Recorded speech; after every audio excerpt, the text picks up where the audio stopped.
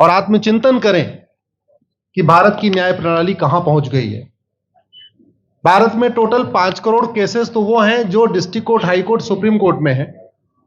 इसका मतलब 5 करोड़ परिवार न्याय की आशा में बैठा हुआ है। ऑन एन एवरेज एक परिवार में 6 आदमी रख लीजिए, तो यानी 30 करोड़ लोग न्याय की आस लगाए बैठे हुए हैं। 30 करोड़ का मतलब एक अमेरिका, 30 करोड़ का मतलब 15 ऑस्ट्रेलिया, 30 करोड़ का मतलब 7 कनाडा, 30 करोड़ का मतलब 1.5 ब्राजील। इतने लोग भारत में न्याय की आस में बैठे हुए हैं। और ये 5 करोड़ केस तो वो हैं जो district court, high court, supreme court में है।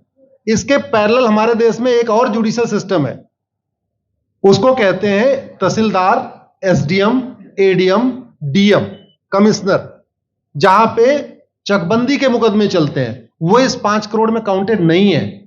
जो तहसीलदार के यहां मुकदमा होता है, एसडीएम के यहां मुकदमा होता है, एडीएम के यहां होता है, डीएम के यहां होता है, चकबंदी अधिकारी जिसको सीओ कहते हैं, डीडीसी कहते हैं, एसओसी कहते हैं, वो एक इसके पैरेलल में है। और 5 करोड़ मुकदमे वहां पे भी चल रहे हैं। इसका मैं लाइव एग्जांपल देना चाहूंगा भारत की ब्लैक जस्टिस सिस्टम का।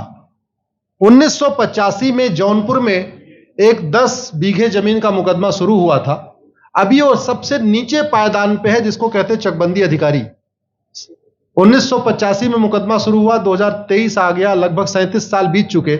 37 साल में यह नहीं तय हो पाया कि असली विल कौन सी है। 2 लोगों ने क्लेम किया, वो कह रहे हैं मुझे विल मिली है, वो कह रहे हैं मुझे विल मिली है। 37 साल में यह नहीं डिसाइड हो पाया असली विल किसकी है। अगर मान लीजिए आज डिसाइड हो जाए तो सीओ के बाद एसओसी, एसओसी के बाद डीडीसी, डीडीसी के बाद हाई कोर्ट, हाई कोर्ट के बाद सुप्रीम कोर्ट, यानी अभी 35 साल और लगेगा, 70 साल लगेगा। सेकंड जनरेशन मुकदमा लड़ रही है, ऑलरेडी सेकंड जनरेशन मुकदमा लड़ रही है। और इसी स्पीड से काम हुआ तो मुझे लगता है थर्ड जनरेशन आके मुकदमा जाके तब जाके सुप्रीम कोर्ट पहुंचेगा। दूसरा एग्जांपल, एक ग्लेरिंग एग्जांपल आपको देता हूं। 1971 के वॉर में पाकिस्तान में बम फेंकने वाले, पाकिस्तान के फौजियों के बहुत सारे बैंकर तोड़ने वाले एक कर्नल कबोत्रा है, पंचकुला में रहते हैं। दुश्मनों को उन्होंने दांत तोड़ दिए। आज 2000 से उनके मकान पे किसी ने कब्जा किया हुआ है। 2023 आ चुका है, 23 साल में वो अपने मकान को नहीं छुड़ा पाए। अभी मामला पंचकुला की डिस्ट्रिक्ट कोर्ट में है, उसके बाद चंडीगढ़ हाई कोर्ट जाएगा, फिर सुप्रीम कोर्ट जाएगा। तो 23 साल में वो सबसे नीचे पायदान पे है। वास्तविकता यह है, अंग्रेज चले गए, अंग्रेजी कानून यहीं छोड़ गए, अंग्रेजी व्यवस्था यहीं छोड़ गए। यह व्यवस्था भारत में न्याय देने के लिए नहीं बनी थी। ये जो न्यायिक जुडिशियल सिस्टम था भारत में जो बनाया गया, वो केवल और केवल भारत को लूटने बांटने के लिए बनाया गया था। क्योंकि कानून वही चल रहा है, जुडिशियल सिस्टम वही चल रहा है, इवन हमारा ड्रेस भी वही चल रहा है। अंग्रेज काले कपड़े पहनते थे, हम भी काले कपड़े पहनते हैं। अंग्रेज जून के महीने में उनको गर्मी लगती थी तो 1 महीने छुट्टी करके इंग्लैंड चले जाते थे। आज भी हमारा हाई कोर्ट, सुप्रीम कोर्ट पूरे मई जून बंद रहता है। अंग्रेजों को क्रिसमस के टाइम में दिसंबर में छुट्टी मनाना जाना होता था, 1 महीने छुट्टी कर चले जाते थे। आज भी हमारी हाई कोर्ट, सुप्रीम कोर्ट दिसंबर में, क्रिसमस के टाइम में 15 दिन 20 दिन बंद हो जाती है। तो सोच वही है, किताबें वही है, व्यवस्था वही है, कानून वही है। तो स्वाभाविक सी बात है, जस्टिस होगा कहां से? जस्टिस कैसे होगा? हम 2023 में 1860 का इंडियन पिनल कोड लेके घूम रहे, 1861 का पुलिस एक्ट लेके घूम रहे, गवाहों के बयान 1872 के कानून से हो रहे। हमने सब कुछ वर्ल्ड क्लास कर लिया, लेकिन अपने जस्टिस सिस्टम को कंपेयर करने की कोशिश ही नहीं किया। जितने में एक एयरपोर्ट बनता है, एक एयरपोर्ट बनाने में 25,000 करोड़ की लागत आती है। अगर हमारी सरकारों ने एक एयरपोर्ट की कीमत जुडिशियल सिस्टम पे खर्च कर दिया होता तो हमारी न्यायिक व्यवस्था अच्छी हो गई होती। आज घटिया, चूंकि अकाउंटेबिलिटी नहीं है, जुडिशियल सिस्टम में कोई अकाउंटेबिलिटी नहीं है। किसी के साथ न्याय हो जाए, अन्याय हो जाए, कोई फर्क नहीं पड़ता। निर्दोष को जेल हो जाए, जज की कोई अकाउंटेबिलिटी नहीं। दोषी को बेल हो जाए, जज की कोई अकाउंटेबिलिटी नहीं। लाखों लाख लोग जेल में सड़ रहे हैं, लाखों धोखेबाज भ्रष्टाचारी बाहर घूम रहे हैं। मूल कारण है ब्लैक जस्टिस सिस्टम। आपने बहुत अच्छा, आपने इसमें वेब सीरीज बनाया है और इस देश में world class airport, world class highway, world class shopping mall, सब कुछ वर्ल्ड क्लास बना लिया। इनफैक्ट अपना मोबाइल का डेटा सुरक्षित रखने के लिए हमारे सांसद, विधायक, जज आईफोन भी यूज करते हैं। अमेरिका का आईफोन यूज करते हैं हमारा डेटा सुरक्षित हो जाए, लेकिन भारत सुरक्षित हो जाए उसके लिए यह नहीं देखते कि जापान में कौन सा कानून है, अमेरिका में कौन सा कानून है, सिंगापुर में क्या अच्छा चल रहा है। कनाडा में रेंट का मामला एक डेट में खत्म होता है। सिंगापुर में अभी कुछ दिन पहले एक व्यक्ति के पास 900 ग्राम गांजा पाया गया, उसको फांसी हुई है। दोबारा वहां ड्रग स्मगलिंग होगी क्या? तो भारत में चाहे वो ड्रग स्मगलिंग है, माफिया राज है, ह्यूमन ट्रैफिकिंग है, इन सब के लिए हमारा जस्टिस सिस्टम जिम्मेदार है। कोई भी अपराध होता है उसमें दो पक्ष होता है, एक पीड़ित, एक अपराध करने वाला। जो पीड़ित होता है वो चाहता है जल्दी उसको न्याय मिल जाए, अपराध करने वाला चाहता है मुकदमा लंबा चले। भारत का न्यायिक सिस्टम अपराध करने वाले के साथ खड़ा है। बलात्कारी चाहता है उसका मुकदमा 30 साल चले और मुकदमा 30 साल चलता है। भू माफिया चाहता है कि गरीब की जमीन पे कब्जा कर ले, उसका मुकदमा 50 साल चले और आज की डेट में मुकदमा 50 साल चल रहा है। इसका मतलब वर्तमान न्यायिक सिस्टम बलात्कारी के पक्ष में है, भू माफिया के पक्ष में है, ड्रग स्मगलर के पक्ष में है, ह्यूमन ट्रैफिकर के पक्ष में है, नक्सलियों के पक्ष में है, माओवादियों के पक्ष में है, जो लोग देश विरोधी काम कर रहे हैं उनके पक्ष में है। 40 साल 50 साल के बाद किसी व्यक्ति ने मिलावट करके लोगों का स्वास्थ्य खराब कर दिया, उसको 50 साल के बाद सजा हो रही है। इस बीच उसने कम से कम पता नहीं कितने लोगों का और भी कर दिया। तो ये जो जस्टिस सिस्टम होता है दवा की तरीके काम करता है। जैसे दवा अच्छी होती है बीमारी तुरंत ठीक हो जाती है, अगर दवा घटिया होती है तो बीमारी बढ़ जाती है। दवा खाने के बाद शरीर एज इट इज नहीं रहता, या तो बीमारी ठीक होती है या तो बीमारी बढ़ती है। अगर कोई आदमी एक गांव में किसी के साथ कुछ गलत कर दे, उसको 6 महीने के अंदर सजा हो जाए, साल भर के अंदर हो जाए, दूसरा अपराध वहां नहीं होगा। लेकिन अगर उस व्यक्ति को पनिशमेंट नहीं मिला तो स्वाभाविक सी बात है उसने उसको और मोटिवेट कर दिया। कहते नहीं ऐसे बुखार है, तुरंत 2 गोली खाइए बुखार ठीक हो गया, लेकिन अगर आपने दवा नहीं खाई या गलत दवा खा लिया तो टाइफाइड होगा या निमोनिया होगा। दुर्भाग्यवश ये हमारा जस्टिस सिस्टम यही कर रहा है।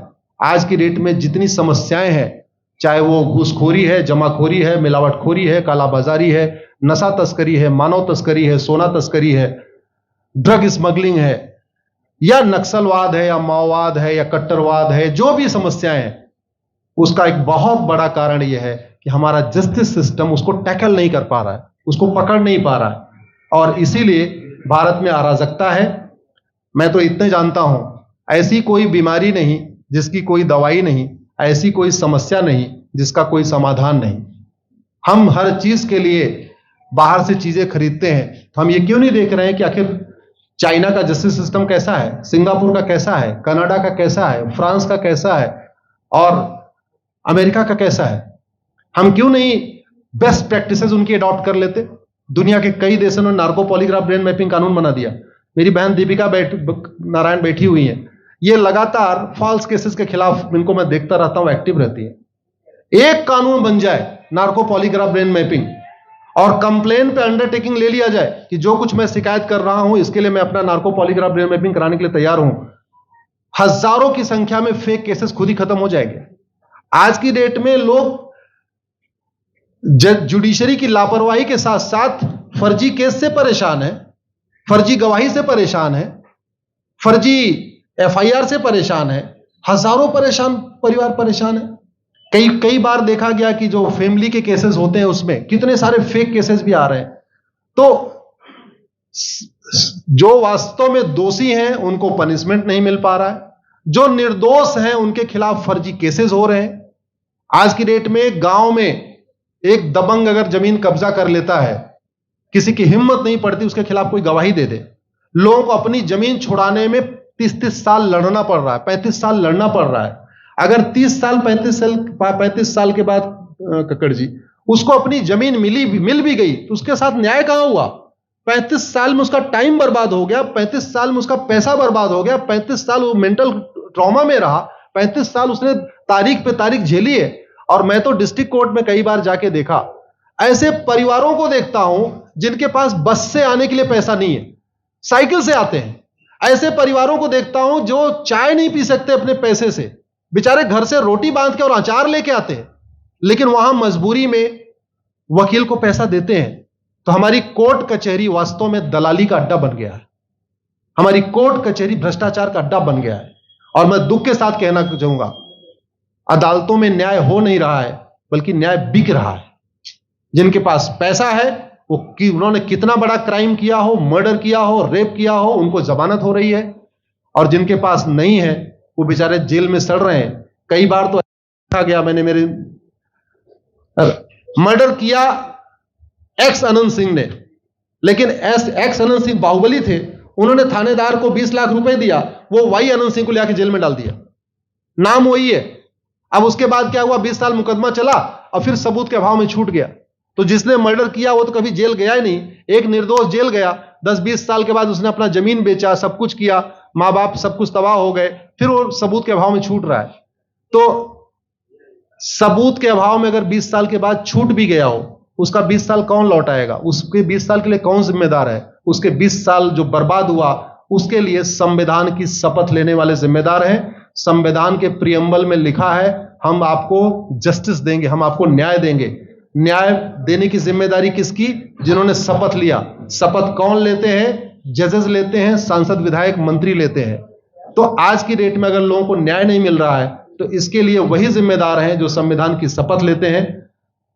संविधान की शपथ लेने वालों को वेतन, भत्ता, गाड़ी, बंगला इसीलिए मिलता है कि लोगों को न्याय मिल सके, फास्ट जस्टिस मिले, कंप्लीट जस्टिस मिले। अनफॉर्चुनेटली कंप्लीट जस्टिस मिलने में तो 50-60 साल लग जाता है, फास्ट जस्टिस तो सपना हो गया है। इसलिए आज आपने जो ये वेब सीरीज बनाई है, मैं आपको धन्यवाद देता हूं। एक ऐसे विषय पे जिस पे कोई टच नहीं करता, लेकिन जिससे करोड़ों लोग पीड़ित हैं। मैंने कहा ना, 5 करोड़ लोग सीधे district court, high court, supreme court के केसेस से पीड़ित हैं, और 5 करोड़ मुकदमे एसओसी, डीडीसी, तहसीलदार के यहां चल रहा है। तो अगर 5 करोड़ से 30 करोड़ लोग इधर पीड़ित हैं तो उधर भी पीड़ित है। वास्तव में बहुत बड़ी संख्या भारत में इसी से पीड़ित है, और अपराध, भ्रष्टाचार और जितनी भी अराजकता चल रही है उसका मूल कारण भी यही है। जस्टिस सिस्टम अच्छा हो जाए, कानून सख्त हो जाए, कानून का खौफ पैदा हो जाए, न्यायपालिका का खौफ पैदा हो जाए, और ये थाने जो दलाली के अड्डे बन गए हैं, तहसील जो दलाली का अड्डा बन गया है, डिस्ट्रिक्ट कोर्ट जो कमीशन खोरी का अड्डा बन गया है, अगर इस पे कंट्रोल हो जाए तो वास्तव में भारत में फिर से राम राज्य आ सकता है। अगर जुडिशियल सिस्टम अच्छा हो जाए तो जो राम राज्य की कल्पना है, धर्म की जय हो, अधर्म का नाश हो, प्राणियों में सद्भावना हो, विश्व का कल्याण हो, मुझे लगता है उसको फिर से जीवित किया जा सकता है। आपने मुझे बुलाया कपिल जी, मैं आपको धन्यवाद देता हूं, और ये फिल्म बनाने के लिए, ये वेब सीरीज बनाने के लिए बहुत बहुत धन्यवाद देता रहता हूं। दीपिका जी लड़ती रहती हैं, इनको देखता रहता हूं।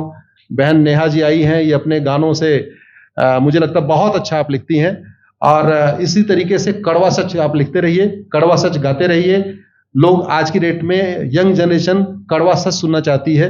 मीठे झूठ ने इस देश में शुगर, डायबिटीज पैदा कर दिया।